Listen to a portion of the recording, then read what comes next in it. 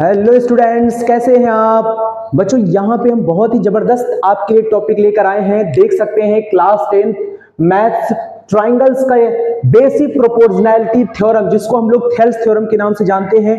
बहुत ही famous theorem है बच्चों, और इस थ्योरम को आप जरूर पढ़िए, क्योंकि इस थ्योरम से ये जो थ्योरम है आपके एग्जाम में आता ही आता है, नो डाउट अबाउट इट। तो इस क्वेश्चन यानी इस थ्योरम को आप छोड़ नहीं सकते हैं। एक बार यहाँ पे समझ लीजिए, आपको फिर कोई प्रॉब्लम इस थ्योरम में नहीं होने वाली है। एक ही बार में ये थ्योरम आपको आ जाएगा। ठीक है, तो चलिए स्टार्ट करते हैं बिना कोई समय गवाए। देखिए थ्योरम में क्या कहा गया है आपसे। थ्योरम कहता है कि ये बेसिक प्रोपोर्शनैलिटी थ्योरम है बच्चों, इसको हम थेल्स थ्योरम के नाम से जानते हैं। देखिए इसमें थ्योरम में क्या कहा गया है, ये आपके जब आपका एग्जाम होगा तो आपकी ये क्वेश्चन थ्योरम का लिख कर आएगा बच्चों। क्या लिख के आएगा? If a line is draw parallel to one side of a triangle to intersect the other two sides in distinct points, then the other two sides are divided in the same ratio। आपसे बोला है कि आपके पास एक line होगी जिसको draw किया जाएगा parallel to one side of a triangle, यानी ट्राइंगल के किसी एक साइड के पैरेलल होगी। कौन सी? वो लाइन जो आप ड्रॉ करेंगे। ओके, ठीक है। To intersect the other two sides in distinct points, जो लाइन आप ड्रॉ करेंगे ट्राइंगल के किसी एक लाइन के पैरेलल, वो लाइन क्या करेगा? किसी भी दो साइड्स को, ट्राइंगल के दो साइड्स को क्या करेगा? डिस्टिंक्ट पॉइंट्स पर उसको क्या करेगा? इंटरसेक्ट करेगा बच्चों। क्या करेगा? इंटरसेक्ट करेगा। ठीक है, और जो इंटरसेक्ट करेगा तो वो जो साइड है ट्राइंगल की, उसको साइड को क्या करेगा? डिवाइडेड कर देगा इन द सेम रेशियो में। उसको क्या करेगा? जो वो लाइन होगी वो क्या करेगा? जो लाइन उस ट्राइंगल के किसी एक साइड के पैरेलल होगी और दो साइड जो ट्राइंगल के होंगे उसको डिवाइडेड कर देगा इन द सेम रेशियो में। तो चलिए फिगर के थ्रू इसको समझते हैं तो मजा आ जाएगा। चलिए सबसे पहले आपको एक ट्राइंगल बना लेना है इस तरह से, बड़ा सा। ओके, फिर इसको इससे ज्वाइन कर लेना है। चलिए देखिए मेरे पास ये ट्राइंगल है। ओके, मैं इस ट्राइंगल पे नाम लिख देता हूं। ये ए है, ये बी है, और ये ट्राइंगल है सी। मतलब ये है सी। ट्राइंगल हमारे पास क्या है? A B C. अब बच्चों हमें क्या करना है? हमें एक लाइन ड्रॉ करना है जो कि इस ट्राइंगल के किसी एक साइड के पैरेलल होगी। तो हमने वो लाइन ड्रॉ कर लिया है बच्चों ये, और ये लाइन जो ड्रॉ करेंगे वो ट्राइंगल के बाकी दो साइड को कहीं ना कहीं इंटरसेक्ट करना चाहिए। तो देखिए कट कर रहा है इस साइड को यहां पे, इस साइड को यहां पे, और ये लाइन किसी ट्राइंगल के साइड्स के पैरेलल होना चाहिए। देखिए पैरेलल भी है इसकी, तो इसका नाम हम दे देते हैं डी, और इसका नाम दे दिया ई। इतनी बात समझ में आ गई आपको? वेरी गुड बच्चों। अब वो कह रहा है कि जब आपने डी को ई से ज्वाइन किया, ठीक है, तो इंटरसेक्ट कर रहा है ए बी को डी पर और ए सी को ई पर। तो कह रहा है ये जो साइड है, other two sides are divided in the same ratio, यानी A D upon D B, A E upon E C का रेशियो क्या होगा? सेम होगा। जी हाँ बच्चों, यही थेल्स थ्योरम है। A D upon D B, A E upon E C, ये लाइन जो आपने ड्रॉ किया है ये बाकी दो साइडों को सेम रेशियो में क्या कर देता है? डिवाइड कर देता है। तो A D upon D B, A E upon E C कर देता है। तो चलिए इसको करेंगे कैसे। सबसे पहले आपको लिखना है गिवन बच्चों। क्या लिखना है? गिवन। गिवन में मेरे पास क्या है बच्चों? मेरे पास गिवन में ट्राइंगल है ए बी सी। यहां लिख सकते हैं अ ट्राइंगल ए बी सी। और उस ट्राइंगल में हमने क्या देखा कि जो डी है वो बी सी के पैरेलल है। तो अ ट्राइंगल ए बी सी जिसमें डी जो है वो पैरेलल है बीसी के। ठीक है, डी क्या है? पैरेलल है बीसी के। ठीक है, अब हमें क्या करना है? ए बी एंड ए सी, देखिए बात को समझिएगा, D intersect A B and A C. तो यहां पे फिर से लिख सकते हैं डी क्या कर रहा है? इंटरसेक्ट कर रहा है। इंटरसेक्ट कहां कहां कर रहा है? डी इंटरसेक्ट कर रहा है A B and A C at A B और ए सी के किस पॉइंट पर इंटरसेक्ट कर रहा है बच्चों? तो डी और ई पर कर रहा है। तो देख सकते हैं A B and A C intersect कर रहा है एट कहां पर? डी पर एंड ई पर। उम्मीद करता हूं आपको समझ में आ गया होगा बच्चों। फिर से समझ लीजिए, एक ट्राइंगल है एबीसी जिसमें डी जो है वो पैरेलल है बीसी के, और डी इंटरसेक्ट कर रहा है एबी और एसी को। कहां पे कर रहा है? डी और ई के पॉइंट पर। तो वही हमने लिखा है, intersects AB and AC at D and E respectively भी लिख सकते हैं बच्चों। उम्मीद आपको समझ में आ गया होगा। ठीक है, अब हमें ध्यान रखना है बच्चों कि गिवन हो चुका है, अब हमें प्रूफ क्या करना है। प्रूफ क्या करना है, हर बात को अच्छे समझिए। टू प्रूव हमको ये करना है बच्चों कि वो अदर टू साइड्स को डिवाइडेड कर देता है इन द सेम रेशियो में, यानी AD अपॉन DB क्या लिखेंगे? AD upon DB is equal to, फिर क्या हो जाएगा उधर वाली साइड्स? AE upon EC। तो यहां लिखिए AE अपॉन EC। ये प्रूव करना है बच्चों, ये क्या करना है हमको? प्रूव करना है। उसके बाद टू प्रूव के बाद हमें क्या करना है? चूंकि अगर कोई कंस्ट्रक्शन आप कर रहे हैं तो वो भी लिखिए। जी हां, हम करने वाले हैं कंस्ट्रक्शन। तो कंस्ट्रक्शन में क्या होगा बच्चों? क्या रचना आपको रचनी है वो समझते हैं। हमें क्या करना है कि बच्चों ये B को जो है E से ज्वाइन कर देना है और C को D से ज्वाइन कर देना है, यानी B एंड DC को ज्वाइन किया गया है। तो ज्वाइन, यहां लिखिए ज्वाइन B एंड DC। उसके बाद क्या करना है बच्चों? E से हमें AB पे परपेंडिकुलर डालना है। तो हमने डाला इस तरह से, परपेंडिकुलर हमने डालना है। तो बच्चे 90 डिग्री का एंगल बनेगा, इसलिए ये बनाना साइन जरूरी है। तो इसका नाम हमने दे दिया L। क्या दे दिया? L। और D से जो है परपेंडिकुलर डालना है AC पर। ये रचना रचनी है बच्चों, ध्यान रखिएगा। तो इसका नाम दे दिया हमने L। उम्मीद करता हूं आपको समझ में आ गया होगा। तो ज्वाइन B एंड DC, ठीक है। उसके बाद हमको लिखना है ड्रॉ। क्या लिखना है? ड्रॉ। क्या ड्रॉ किया आपने? पहले हमने EL को क्या किया? परपेंडिकुलर लिया है। LEL लिख सकते हैं, EL भी लिख सकते हैं।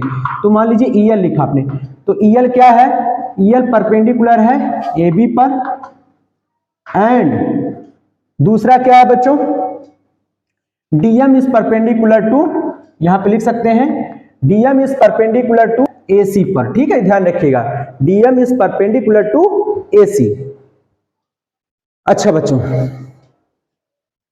अब क्या करेंगे? कंस्ट्रक्शन हो गया है, प्रूफ के लिए जाते हैं हम लोग। तो यहां पे लिखेंगे प्रूफ। प्रूफ कैसे करेंगे? प्रूफ ऐसे करेंगे बच्चों कि पहले हम एक ट्राइंगल लेंगे, कौन सा? ADE। तो चलिए लेते हैं ट्राइंगल। एरिया निकालिए बच्चों इसका, इस ट्राइंगल का एरिया निकालिए। तो एरिया ऑफ ट्राइंगल ADE, तो यहां लिखिए एरिया को हम इस तरह से रिप्रेजेंट करते हैं बच्चों, एरिया ऑफ ट्राइंगल ADE।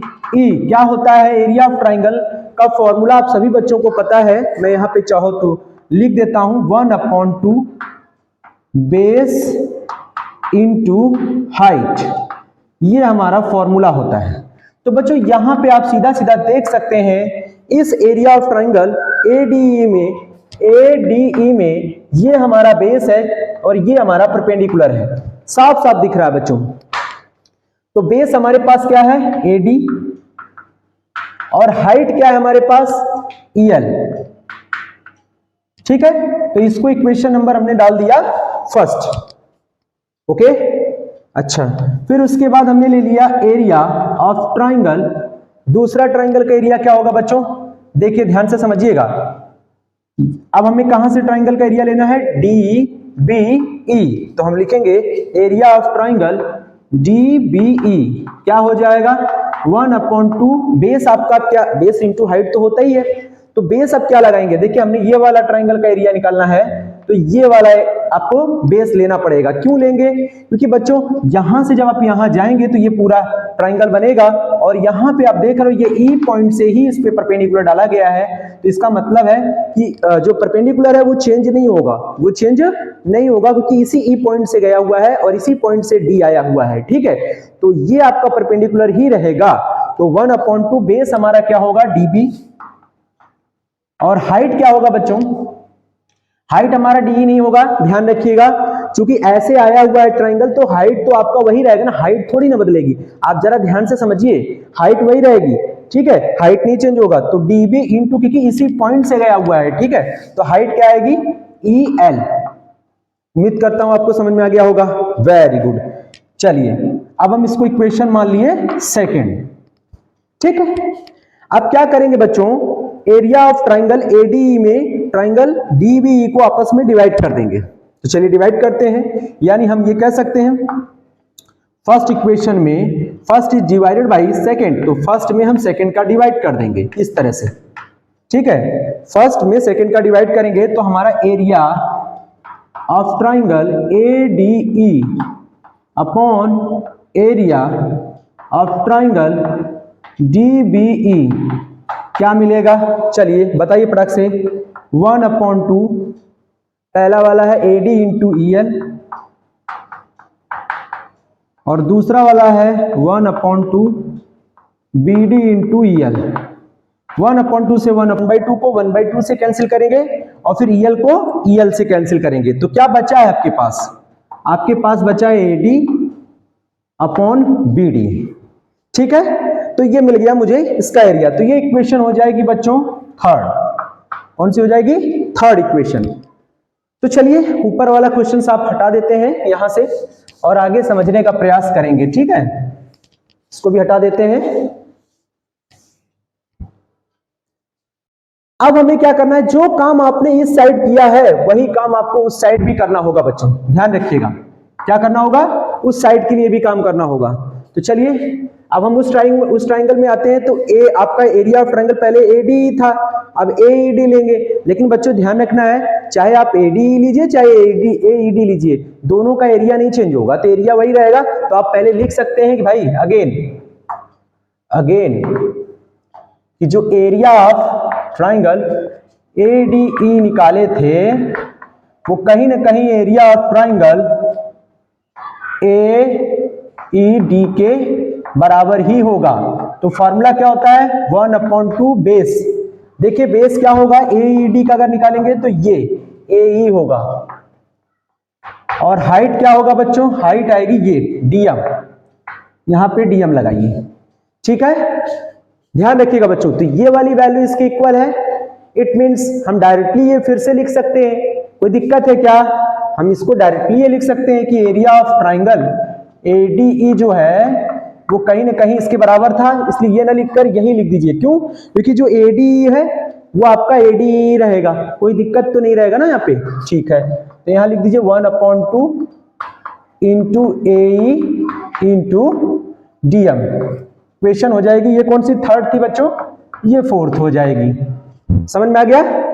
तो चलिए गिवन को हटाते हैं बच्चों, ये चीज ध्यान रखिएगा, हमको अच्छे से इसको नोट कर लीजिएगा आप। अब हमें क्या करना है, अब बात को समझिए, जैसे आपने एईडी यानी एडीई बराबर था तो उसके लिए निकाला, अब मुझे निकालना है ईसीडी, क्या निकालना है, एरिया ऑफ ट्राइंगल ईसीडी में क्या फॉर्मूला होता है, 1/2 बेस, बेस आपका क्या रहेगा, ईसी, क्या रहेगा, ईसी रहेगा, और हाइट क्या रहेगा बच्चों, अब देखिए हाइट हमारा चूंकि ऐसे लिए हुए हैं, ऐसे देखिए आप ध्यान से समझिएगा, आपने ट्राइंगल कौन सा लिया, ईसीडी, तो आप इसी पॉइंट से परपेंडिकुलर डाले हुए हैं कि नहीं, यानी कि आपका जो परपेंडिकुलर हाइट है वो नहीं चेंज होगा, हाइट आपका नहीं चेंज होगा। तो 1/2 इंटू आप क्या लिखेंगे यहाँ पे, ईसी इंटू हाइट आपका इसी पॉइंट से रहेगा बच्चों, तो ये डीएम ही रहेगा, हाइट बदलेगा नहीं। उम्मीद करता हूं समझ में आ गया होगा। अब आपको क्या करना है बच्चों, इसको इक्वेशन आप ले लीजिए फिफ्थ। अब क्या करिए, फोर्थ को फिफ्थ से डिवाइड करिए, फोर्थ को फिफ्थ से डिवाइड करिए, ध्यान से समझिएगा, फोर्थ को फिफ्थ से क्या करेंगे, डिवाइड करेंगे। तो यहां पे लिखिए फोर्थ को डिवाइड करेंगे फिफ्थ से। तो क्या मिलेगा? फोर्थ क्या था बच्चों? एरिया ऑफ ट्राइंगल ये है ADE। ADE तो इसके इक्वल था, बट ये ना लिखकर यही लिखना है क्योंकि यहाँ पे ADE आ चुका है, इसलिए हम बोल रहे हैं वही लिख लो, ठीक है। और ये अपॉन में ये आ जाएगा बच्चों, तो area of triangle ECD is equal to, ये कितना था? ये है, तो यहां लिखिए 1/2 AE into DM upon 1/2 EC into DM। तो 1/2 से 1/2 कैंसिल, DM से DM कैंसिल, ठीक है। और याद रखिएगा हमको AD अपॉन DB लाना है, यानी इसके रेशियो में इसको, इसके रेशियो में इसको दिखाना है। तो हम इसको हटा रहे हैं बच्चों, आप अच्छे से नोट करते रहिएगा, ठीक है। आगे चलिए, तो आपको क्या मिलेगा? Area of triangle ADE upon area of triangle ECD is equal to AE upon EC। ये इक्वेशन हो गई। देखिए फोर्थ और फिफ्थ हो गया है, तो ये सिक्स्थ हो गई इक्वेशन। हम हर बार इक्वेशन मान रहे हैं ताकि आपको इजीली समझा सकें, ठीक है। ओके बच्चों, वेरी गुड। अब हमें क्या करना है? अब हम इसको हटा दे रहे हैं, थोड़ा सा ये ध्यान रखिएगा। हमको जिसकी जरूरत है वो ध्यान, इक्वेशंस की नहीं जरूरत है, हमें इसकी जरूरत है। तो ये जरूरी है, डिवाइडेड वाला फॉर्म, ठीक है। तो ये भी हम हटा दे रहे हैं। अब हमें क्या करना है? जो ये मिला है बच्चों, अब आप जरा देखिए यहां पे क्या आ रहा है? Area of triangle ADE, okay, बहुत अच्छे। फिर आपका आ रहा है एरिया ऑफ ट्राइंगल ECD। लेकिन बच्चों एक बात आपने देखी है कि जो एरिया ऑफ ट्राइंगल ECD है वो कहीं ना कहीं एरिया ऑफ ट्राइंगल DBE के इक्वल है। कैसे इक्वल है? क्योंकि बच्चों देखिए एरिया ऑफ ट्राइंगल DBE के लिए भी वही बेस काम कर रहा है, एरिया ऑफ ट्राइंगल ECD के लिए भी वही बेस काम कर रहा है, और DE पैरेलल BC है। तो इसका मतलब क्या हुआ कि दोनों के एरिया सेम है। तो यहां लिखिए कि नाउ जो ट्राइंगल है, अब ध्यान से समझिएगा, जो ट्राइंगल DBE है, ठीक है, DBE एंड ट्राइंगल दूसरा बताइए ECD on the same base पर है। सेम बेस क्या है उसका? सेम बेस है DE, सेम बेस उसका मतलब ए, जो ये ट्राइंगल है दोनों का सेम बेस क्या है? DE है। एंड DE पैरेलल क्या है? एंड हम ये भी लिख सकते हैं कि जो बच्चों DE है वो पैरेलल है किसके? BC के।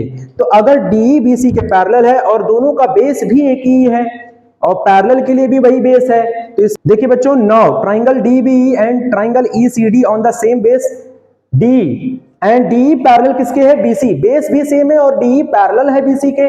तो हम कह सकते हैं कि जो ये वाला एरिया होगा वो इस वाले एरिया के क्या होगा? इक्वल होगा। तो आप लिखिए यहां पे area of triangle DBE is equal to area of triangle area of triangle बच्चों, एरिया ऑफ ट्राइंगल ECD।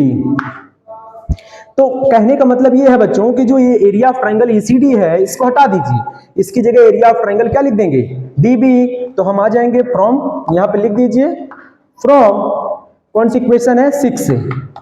6 से अगर लिखेंगे तो area of triangle ADE upon area of triangle, ये जो ECD है इसको हटा के हम क्या लिखेंगे? Area of triangle DBE is equal to क्या हो जाएगा? AE upon EC। और ये इक्वेशन हो जाएगी 6 तो है ये 7th हो जाएगी। अब आप जरा ध्यान से देखिए कौन सी इक्वेशन? थर्ड और सेवेंथ को देखेंगे तो area of triangle ADE upon area of triangle DBE, area of triangle ADE upon area of triangle DBE आपस में क्या है? इक्वल है कि नहीं है? तो इसका मतलब इनके साइड्स आपस में क्या हो जाएंगे? इक्वल हो जाएंगे। तो हम यहां लिखेंगे फ्रॉम किससे? थर्ड एंड किससे? 7 से। यह बात क्लियर हो जाती है कि ये एरिया जो है दोनों का रेशियो वो सेम है, तो साइड भी इक्वल हो जाएगा। इसका मतलब थर्ड वाले साइड को पहले लिखेंगे AD upon BD is equal to AE upon EC। तो आप देख सकते हैं AE अपॉन क्या हो जाएगा, AE अपॉन EC। यही हमको प्रूव करना था बच्चों, हैंड्स प्रूव्ड। देख सकते हैं AD upon DB, AD upon DB भी कह सकते हैं, BD भी कह सकते हैं, कोई दिक्कत नहीं होनी चाहिए, ठीक है। तो AD upon DB AE upon EC के क्या है, इक्वल है। उम्मीद करता हूं आपको समझ में आ गया होगा। यही हमारा थेल्स थ्योरम है, यही हमारा बेसिक प्रोपोर्शनैलिटी थ्योरम है, ठीक है। तो इस तरह से आप करेंगे तो आपको इसमें फुल मार्क्स मिलेगा, कहीं भी कोई नंबर कटेगा नहीं बच्चों। उम्मीद करता हूं आपको अच्छे से समझ में आ गया होगा। ओके, आगे हम इसी तरह के और भी इंपॉर्टेंट क्वेश्चंस लेकर आते रहेंगे। बस हमारे साथ बने रहिए और हमारे चैनल को सब्सक्राइब कर लीजिए, हमारी वीडियो को भी लाइक कर लीजिएगा बच्चों। हम और भी सवाल आपके पास इंपॉर्टेंट वाले लेकर आएंगे। Bye bye.